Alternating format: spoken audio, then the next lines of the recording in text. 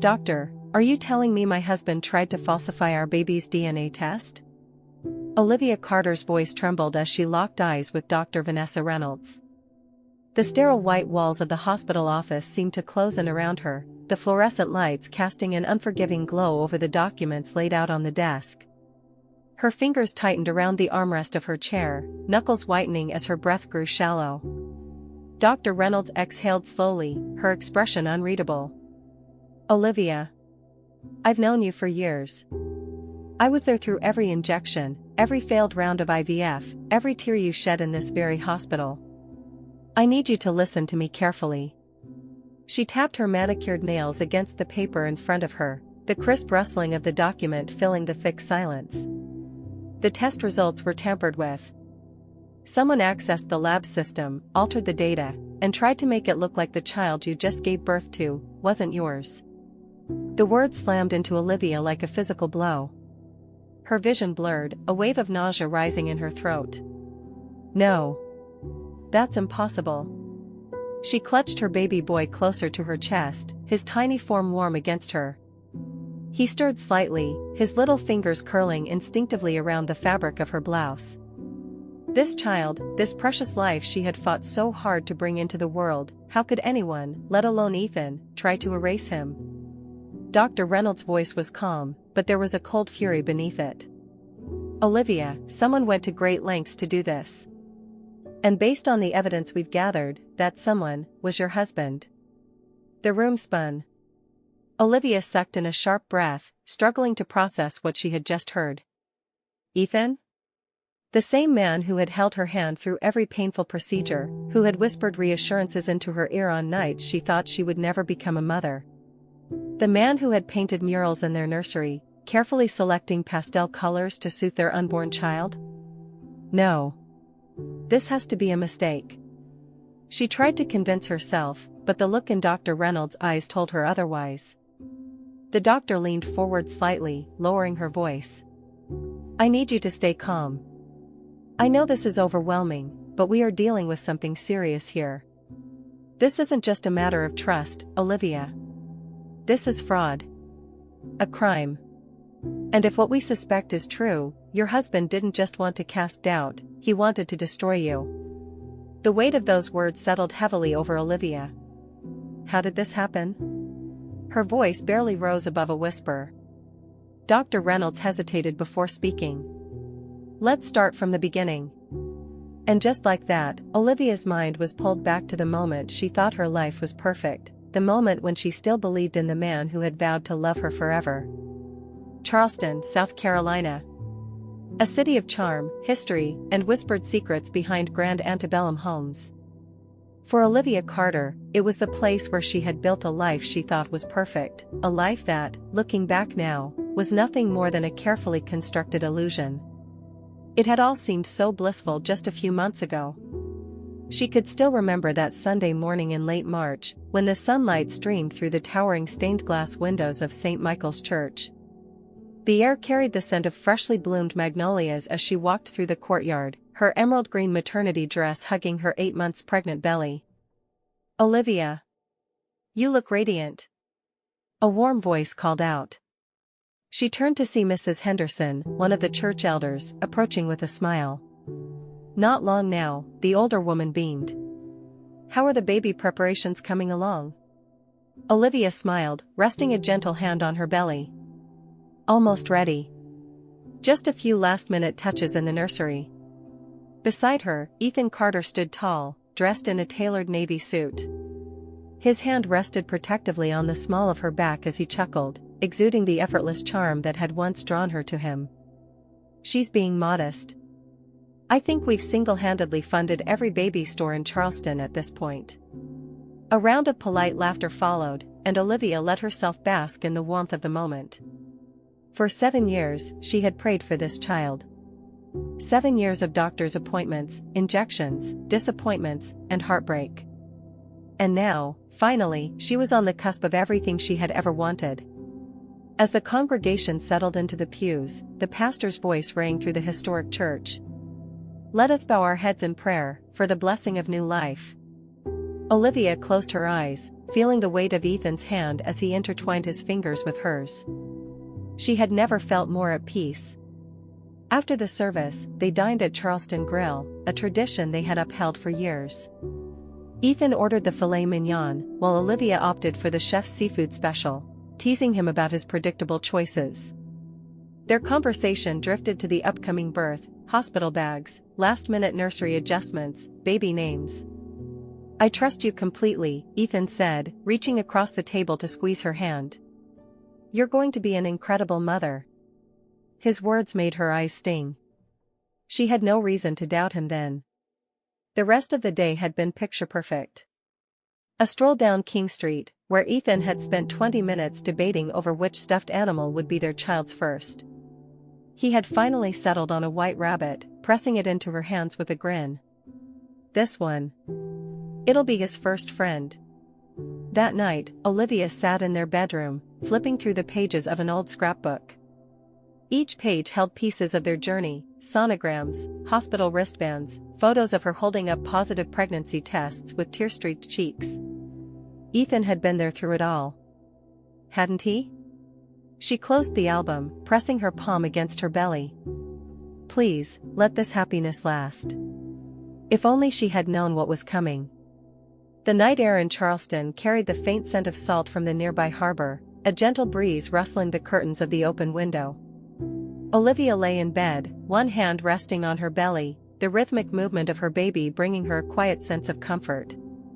Ethan lay beside her, scrolling through his phone, the dim glow illuminating his sharp features. She turned her head slightly, watching him. There had been something different about him lately, subtle, almost imperceptible shifts. He had been working later than usual. Coming home exhausted, distracted.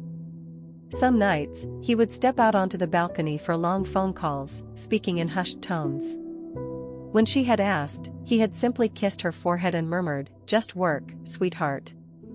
Nothing to worry about." And she had believed him. But that night, as she drifted into sleep, a strange thought crept into her mind. Why do I feel like something is slipping through my fingers? April 3rd, the night everything changed. It was still dark when Olivia woke to a sharp, sudden pain radiating from her lower abdomen. She gasped, gripping the sheets as another wave of pain hit her. A quick glance at the clock, 3:15 a.m. "Ethan," she whispered, nudging him urgently. "Ethan, wake up." He groaned, blinking groggily before registering the distress in her face. His drowsiness vanished in an instant. "Liv, what is it?" I think it's time." Within minutes, Ethan was fully dressed, grabbing the hospital bag they had packed days ago. His movements were smooth, efficient, as if he had rehearsed this moment in his mind 100 times. The drive to Charleston Memorial Hospital was eerily quiet. The city, usually buzzing with tourists and nightlife, lay still under the moon's glow. Ethan's hands gripped the steering wheel tightly, his jaw clenched. "How far apart are they?" he asked, eyes flicking to her in the passenger seat. 5 minutes, Olivia breathed, inhaling through the pain. "It's happening fast." "You're doing great," he reassured her, though his voice lacked warmth. She wanted to believe him. As they pulled up to the hospital entrance, nurses rushed to her side, helping her into a wheelchair. Dr. Vanessa Reynolds was already waiting for them, a familiar presence in a moment of overwhelming intensity. "You've done well, Olivia," she said, checking her vitals. "Let's get you settled. It won't be long now." Through the haze of contractions, Olivia registered the details around her. The soft lighting of the private suite. The scent of antiseptic mingling with fresh linens. The rhythmic beeping of monitors tracking both her and the baby's vitals. Ethan stood by the window, hands in his pockets, staring out at the Charleston skyline. She barely had time to process the unease creeping up her spine before another contraction hit, tearing through her. "Focus, Olivia. You're about to meet your son." The hours blurred together, an exhausting cycle of pain and breathing, encouragement and determination. Margaret, her mother, arrived at dawn, placing a bundle of prayer cards from the church into Olivia's trembling hands. Everyone's praying for you, sweetheart, Margaret whispered, squeezing her daughter's hand. Olivia could only nod, her body too tired for words. By mid-morning, it was time. Ethan held her hand, tightly, almost painfully, as Dr. Reynolds gave the final command. One more push, Olivia. You're almost there. With a final cry of effort, the pressure released, and then a baby's wail filled the room. Tears streamed down Olivia's cheeks as her son was placed on her chest, his tiny body warm against her skin. She could feel his heartbeat, fast and steady, as she whispered, "My baby, my beautiful baby." The moment was perfect. Sacred. Until Ethan shattered it. "I need a DNA test. Right now." Silence. The nurses froze. Margaret let out a sharp gasp. Dr. Reynolds narrowed her eyes, her lips pressing into a thin line. Olivia, still holding her newborn, barely registered the words at first. Then, as if in slow motion, she turned her head toward Ethan. He was staring at the baby. But not with love. Not with awe. With cold, calculating suspicion. A chill spread through Olivia's veins. What did you just say?" she whispered, her voice barely audible. Ethan met her gaze, unflinching. "I want to confirm that this child is mine." The world around Olivia crumbled. The room turned deathly silent. The only sound was the soft, rhythmic beeping of the monitor and the faint cries of the newborn nestled against Olivia's chest. The warmth she had felt just moments ago, the overwhelming joy of holding her son for the first time, was now swallowed by a cold, creeping horror. She blinked, certain she had misheard. "What did you just say?" Her voice was barely more than a whisper. Ethan didn't flinch. His expression was unreadable, his eyes locked onto the tiny infant in her arms. "I want a DNA test. I need to confirm that this child is mine." The words landed like a slap. Olivia's breath caught in her throat, her fingers instinctively tightening around her baby. Margaret, standing beside the bed, let out a sharp, incredulous gasp. "Ethan, have you lost your damn mind?" Her voice trembled with rage. "You're questioning your own child? After everything Olivia has been through?" Ethan didn't acknowledge her. He didn't move. He just stood there, eerily calm, waiting. Dr. Reynolds stepped forward, her professional demeanor barely concealing the ice in her voice. "Mr. Carter, I understand that emotions run high after childbirth, but this is neither the time nor the place for this discussion." Olivia turned back to Ethan, searching his face for something, anything, that could explain this. A misunderstanding. A cruel joke. Some kind of stress-induced paranoia. But there was nothing. The man who had once kissed away her tears after every failed pregnancy test, who had painted the nursery walls by hand, who had promised her they would finally be a family, was now looking at her as if she were a stranger. Her lips parted, but no words came. Ethan exhaled through his nose, slow and deliberate. "I'm not asking," he said quietly. "I'm demanding it." The betrayal sank into Olivia's bones, heavy and suffocating. She could feel her mother's hand gripping her shoulder, steadying her, but it did little to stop the tremors racking through her body.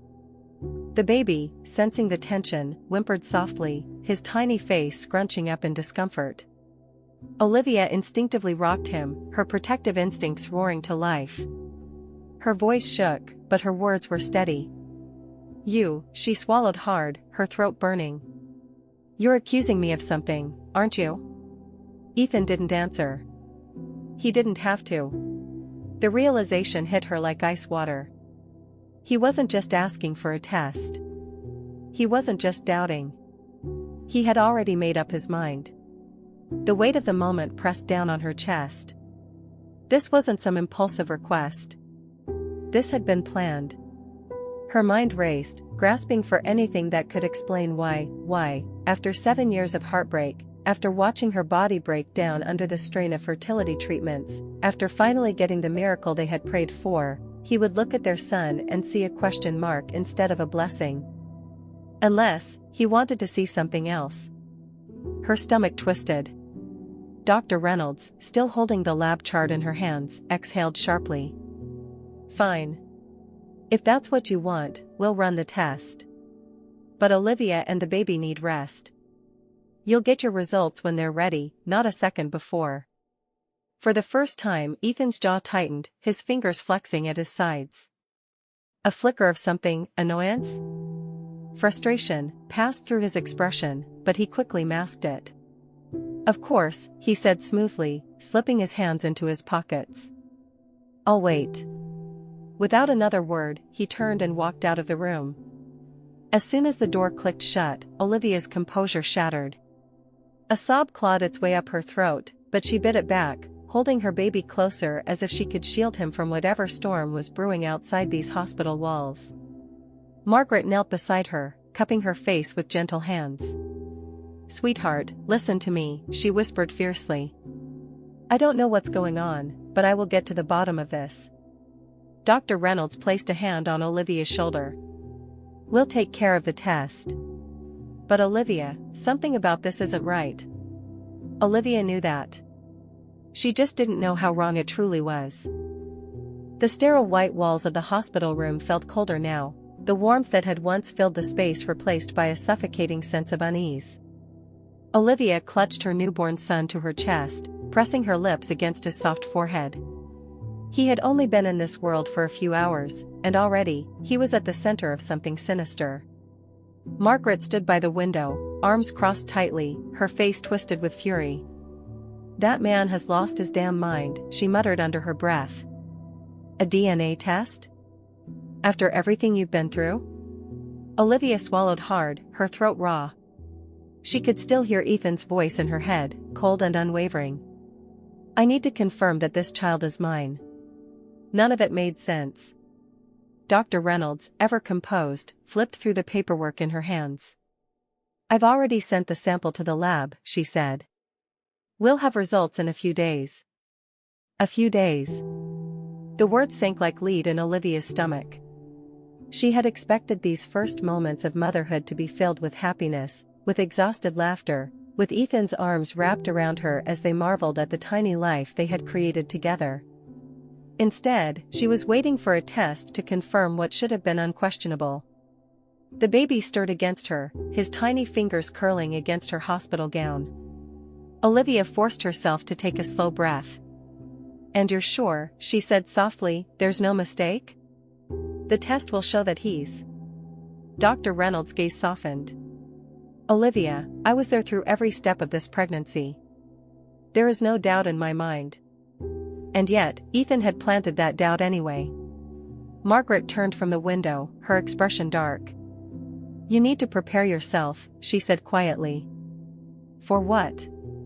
Margaret hesitated, then met her daughter's gaze.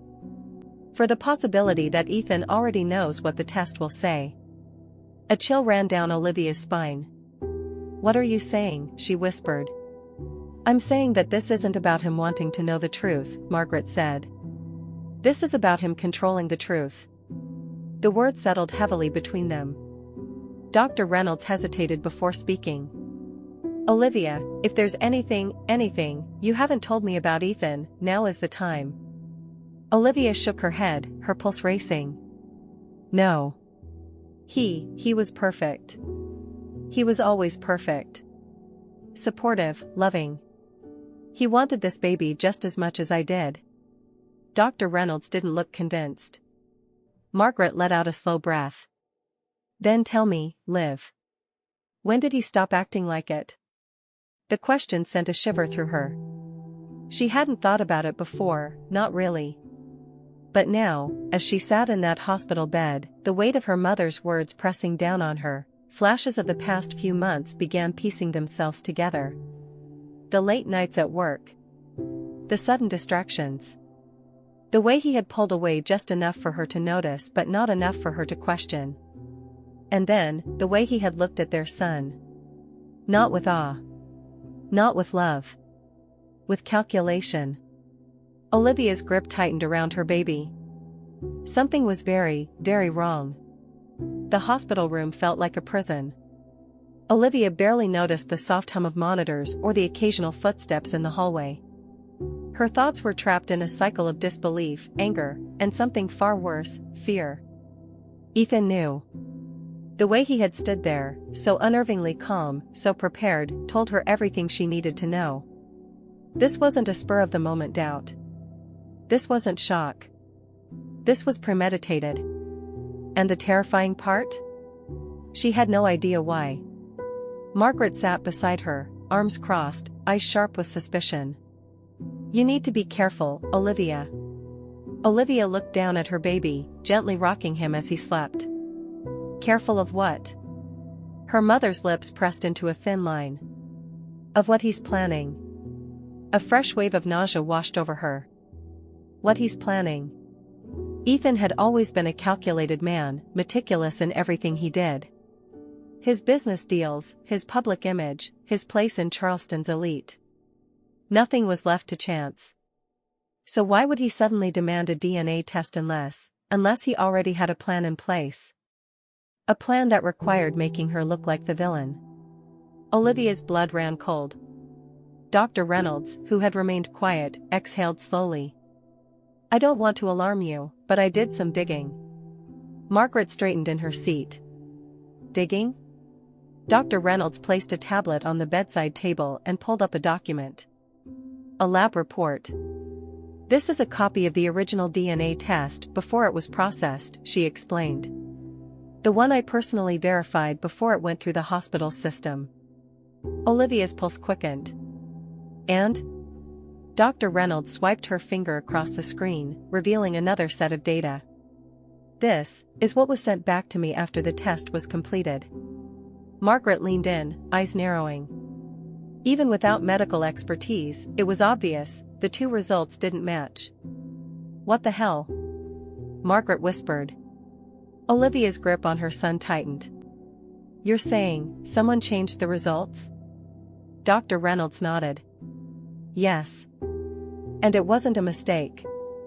The weight of the moment settled over them, thick and suffocating. Margaret was the first to speak. "Then that means..." "Someone tampered with the test before Ethan ever saw it," Dr. Reynolds finished. A deafening silence followed. Olivia felt her breath hitch. "But why?" Dr. Reynolds hesitated, then met her gaze. "I think Ethan already knew the baby was his." Margaret let out a bitter laugh. "That son of a, he knew, and he still put Olivia through this?" Dr. Reynolds' expression darkened. "He didn't just put her through this.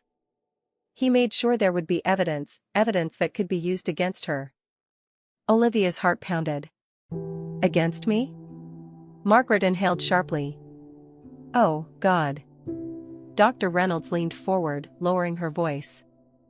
"I don't think Ethan wanted to prove the baby isn't his. I think he wanted to frame you for cheating." The world tilted. Olivia felt like the air had been sucked out of the room. Her fingers dug into the hospital blanket, knuckles white. No. No, this wasn't happening. This wasn't just doubt. This wasn't paranoia. This was an attack. Ethan had set her up. He had planned this. He had walked into that delivery room, knowing exactly what he was doing, with the full intention of destroying her. Her voice came out hoarse. "Why would he do this to me?" Margaret's hands trembled as she reached for Olivia's. "Because if the DNA test said the baby wasn't his, you'd be accused of infidelity."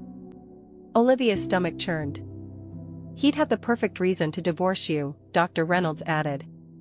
"And with infidelity on your record? He'd take everything. The house, the money, full custody of the baby." Olivia felt like she was going to be sick. Margaret's face twisted with rage. "That bastard, he was never planning to stay, was he?" Dr. Reynolds' jaw tightened. "No. He was planning an exit strategy." Olivia's mind reeled. 7 years. 7 years of love, of struggle, of heartbreak and healing. Had any of it been real? Had Ethan ever truly wanted this family? Or had he always planned to walk away? Margaret's voice broke through her spiraling thoughts. "We have to fight back." Dr. Reynolds nodded. "And we start by exposing the truth." A new resolve settled over Olivia. Her fear didn't vanish, but it shifted. If Ethan thought she would just sit back and let him destroy her, he had made a fatal mistake. He wanted war? She would give him hell. The weight of the revelation pressed down on Olivia's chest like a boulder. Ethan had orchestrated all of this. He had walked into that delivery room with a plan, not a doubt. And if Dr. Reynolds hadn't caught the tampered results, he would have succeeded. Her fingers curled into fists. He wanted her to look like the villain. He wanted to take everything from her. Margaret's voice was sharp with fury. So what do we do now? Dr. Reynolds didn't hesitate. First, we report this to hospital security. The system logs will show who accessed the test results. If we can prove that the data was altered, we'll have something solid. Olivia swallowed hard, her grip tightening around her baby. And Ethan? Margaret's expression darkened. We hit him before he hits you. Dr. Reynolds nodded. If Ethan thought he could control this, we need to take that control away from him. Olivia, you need to be careful. The moment he realizes the truth isn't on his side, he'll find another way to twist it. A shiver ran through Olivia's spine. She had spent years trusting this man, believing in him. She had pictured him in every milestone of their son's life, his first steps, his first words, school drop-offs, family vacations. Now, the thought of Ethan holding their child made her sick. Margaret straightened. I'll call our lawyer. Olivia's stomach churned. But I don't have any evidence yet. Margaret's eyes were steely. We will. Dr. Reynolds tapped her tablet, pulling up the system logs. I'll start here. If someone accessed these results, there will be a digital footprint. Margaret turned back to Olivia, her voice firm. And you need to act like you don't know anything. If Ethan suspects you're onto him, he'll cover his tracks. Olivia exhaled shakily. Pretend like I don't know? Pretend like I'm still the trusting wife? The thought made her want to scream, but she forced herself to nod. Okay. She looked down at her baby, sleeping peacefully in her arms. He had no idea what was happening around him, no idea that his father had already tried to erase him. She leaned down and pressed a kiss to his soft cheek. I won't let him take you from me. Margaret squeezed her shoulder. You're stronger than him, Olivia. He underestimates you. Maybe he did. And maybe that would be his greatest mistake. 48 hours later. Olivia sat on the edge of the hospital bed, trying to steady her nerves as Dr. Reynolds stepped into the room, a folder clutched in her hands. She knew before the doctor even spoke. The results are in. Margaret, sitting beside her, exhaled sharply. And? Dr. Reynolds' expression was grim. The baby is biologically Ethan's. There was never a question about that. A bitter laugh bubbled in Olivia's throat. Of course there wasn't. Because this was never about doubt. This was about control. Dr. Reynolds continued, flipping open the folder. But that's not the most important part. She turned the folder around, showing a screen capture of the hospital's system logs. Here's where the test results were first processed. And here, she tapped lower on the page, is where someone accessed the system in the middle of the night. Olivia leaned forward, her breath catching. Who? Dr. Reynolds' gaze sharpened. A male figure was seen entering the lab around 11:30 p.m., the night after the test was submitted. The security footage isn't the clearest, but we ran the logs. The system was accessed from an external source. Margaret tensed. An external source? Dr. Reynolds nodded. The login came from a device registered to Ethan Carter's company. The room fell into silence. Olivia felt her pulse pounding in her ears. So, he didn't just want the results changed. He personally made sure it happened. Dr. Reynolds exhaled. We also have testimony from one of our lab technicians, Ryan Delgado. He reported that someone approached him 2 days before the test was processed, offering him $500,000 in cash to ensure a certain outcome. Margaret's jaw clenched. And let me guess, he refused? Dr. Reynolds nodded. And after that, he started receiving anonymous threats. Olivia gritted her teeth. Ethan wouldn't have stopped at threats. If Ryan had taken the money, he would have had leverage over him. But because he didn't, Margaret finished for her. Ethan had to break into the system himself. A cold, burning rage settled in Olivia's chest. This wasn't just betrayal. This was criminal. Dr. Reynolds met her gaze. Olivia, this isn't just a civil matter anymore. This is fraud, data manipulation, and attempted coercion. Margaret leaned forward. So what's our next move? Dr. Reynolds closed the folder. We call the police. Olivia's breath hitched. This was it. The moment everything would come crashing down for Ethan. A part of her, the part that had once loved him, wanted to hesitate. Wanted to believe there was another explanation, another way. But then she looked down at her son, innocent, vulnerable, and already targeted by his own father. No. She met Dr. Reynolds' gaze and nodded. Do it. Dr. Reynolds picked up the phone. The battle had begun. Ethan Carter sat in the cold, sterile interrogation room of Charleston Police Department, his polished demeanor still intact despite the circumstances. The fluorescent lights overhead cast harsh shadows across his face as he casually adjusted the cuffs of his tailored shirt. He didn't look worried. If anything, he looked annoyed. Detective Hannah Pierce watched him from across the stainless steel table, her fingers drumming lightly against the case file in front of her. She had interrogated dozens of high-profile men like him, corporate elites who thought their wealth made them untouchable. But Ethan Carter was different. He wasn't just arrogant. He was calculating. She leaned forward. Let's go over this again. Where were you between 11:30 p.m. and 12 a.m. the night after your son was born?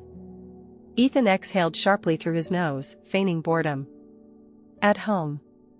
Sleeping. Hannah raised an eyebrow and slowly slid a photograph across the table. It was a security camera still from Charleston Memorial Hospital, grainy, but unmistakable. A tall man in a dark suit, his posture stiff, his face partially obscured. She tilted her head. That's funny, because this looks a lot like you. For the first time, Ethan's expression shifted, just slightly, but enough for Hannah to catch it. He recovered quickly, offering a smooth, indifferent shrug. Coincidence. Lots of men wear suits. Hannah smiled, a slow, knowing smile. Sure. But not every man has access to the hospital's internal system. She pulled out another document, a digital log of unauthorized access. This, right here, traces back to a device registered to your company's server. Care to explain? Ethan's jaw tensed. He opened his mouth, but before he could formulate another lie, the door behind Hannah swung open. Another officer stepped inside, and behind him was Lauren Mitchell. Ethan stiffened. His lips barely parted as he muttered, "What the hell are you doing here?" Lauren didn't look at him. She was dressed sharply, but her usual confidence had been replaced with something else, resignation. She crossed her arms and turned to Hannah. "I have something to say." Ethan's entire body went rigid. Hannah gestured to the chair beside him. "Go ahead, Ms. Mitchell." Lauren sat down, finally meeting Ethan's eyes. For the first time since walking in, she spoke directly to him. "I told them everything, Ethan." Silence. The color drained from his face. "You, what?" Lauren's voice was calm, but her hands trembled slightly as she spoke. "I told them how you instructed me to contact Ryan Delgado. How you offered $500,000 to make sure the DNA test results were falsified. How you planned to make Olivia look like a cheater so you wouldn't have to pay her a dime when you divorced her." Ethan's fingers twitched, his control slipping. "You're lying." Lauren let out a hollow laugh. "Am I? Because last time I checked, I have all the emails. The ones where you told me exactly what to say to Ryan. The ones where you promised me a fresh start once all of this was over. She shook her head. I should have known better. But I won't go down for you, Ethan. Hannah leaned back in her chair, her smirk growing. Well. That's quite the confession. Ethan turned to Lauren, his voice dropping to a dangerous whisper. You don't know what you've just done. Lauren met his gaze, unflinching. I saved myself. Ethan exhaled sharply, his carefully constructed world crumbling around him. The evidence was overwhelming, the betrayal complete. Hannah closed the case file with a soft thud. Ethan Carter, you are under arrest for fraud, falsification of medical records, bribery, and obstruction of justice. 2 officers moved in, grabbing his arms and forcing him to his feet. He didn't fight, but his knuckles turned white as he clenched his fists. You don't know who you're messing with, he hissed at Hannah. She smirked. No, Carter. You don't. As the handcuffs clicked around his wrists, Ethan finally understood. He had lost. The cold steel of the handcuffs pressed against Ethan's wrists as the officers led him out of the interrogation room. His once perfect composure had cracked, the weight of reality sinking in. The hallway outside buzzed with activity, officers moving about, phones ringing, papers shuffling, but to Ethan, it all blurred into the background. His mind was spinning, calculating, looking for a way out. There had to be a way out. As they passed the observation window, he caught a glimpse of himself in the reflection. The powerful, untouchable businessman he had always been? Gone. In his place stood a man whose carefully laid plans had just collapsed. He was shoved into a holding room, the officers stepping away as Detective Hannah Pierce followed in after them. She leaned casually against the metal table, arms crossed, watching him like a predator that had already won. You know, she said, her voice almost amused, I've dealt with a lot of men like you, Carter. Smart. Wealthy. Think they're always a step ahead. She tilted her head. But you made one crucial mistake. Ethan forced himself to meet her eyes. And what's that? Hannah smirked. You underestimated your wife. The words landed heavier than he expected. For years, Olivia had been the perfect partner, loyal, trusting, believing in him without question. She had never doubted him, never once suspected what he was capable of. That had been his greatest advantage. And now, it was the very thing that had destroyed him. A knock on the door interrupted the moment. An officer stepped inside, handing Hannah a document. She skimmed it, then let out a satisfied sigh. Well, she said, tossing the paper onto the table, looks like you've got more problems than you thought. Ethan narrowed his eyes but said nothing. That's a warrant, she continued. Your bank records. Offshore accounts. The $5 million you tried to move out of the country? Yeah, that didn't go unnoticed. She gave him a mockingly sympathetic look. Divorce courts don't tend to like it when a husband tries to hide assets before serving his wife with false adultery claims. Ethan's jaw clenched. And let's not forget the bribery charges. She flipped the document over, tapping a highlighted section. Ryan Delgado's statement, along with the security footage, proves you attempted to falsify medical records. That's a federal offense. He inhaled slowly through his nose, his mind scrambling. This couldn't be happening. He had planned everything perfectly. He had made sure there were no loose ends. Except for Lauren. His gaze flickered toward the door. She was out there somewhere, free, walking away from this unscathed. He had trusted her. He had given her everything she asked for. And in the end, she had betrayed him faster than Olivia ever could have. One last thing, Hannah said, straightening. Since you were so worried about proving paternity. She slid another document toward him. Here's the final DNA test. Turns out, you are the father. Ethan didn't move. Didn't blink. Didn't breathe. For the first time, the reality of what he had done hit him completely. He hadn't just tried to frame Olivia. He had tried to erase his own child. Hannah studied him for a moment, then shrugged. I gotta say, Carter, for a man who wanted to control everything, you sure lost control of this. With that, she knocked on the door, signaling the officers. Ethan barely registered the click of the cuffs tightening before he was pulled to his feet. As they led him down the hallway, the world outside moved on without him. His name would be all over the news by morning. His career? Ruined. His money? Seized. His life? Destroyed. And for the first time in his life, Ethan Carter had no power. 2 years later. The warm spring air drifted through Olivia Carter's backyard, carrying the scent of magnolia blossoms. The sun cast golden light over the neatly kept garden, where a 2-year-old boy giggled as he ran through the grass, his tiny feet kicking up soft tufts of earth. Matthew, slow down, sweetheart, Olivia called from the veranda, laughing as her son ignored her and dashed toward the flower beds. He was happy. Carefree. Unburdened by the past. Olivia leaned back in her chair, sipping her tea as she watched him. The past 2 years had been a journey, healing, rebuilding, rediscovering herself. It hadn't been easy. There had been court battles, media scandals, endless questions. But in the end, she had won. Ethan was serving a 10-year sentence.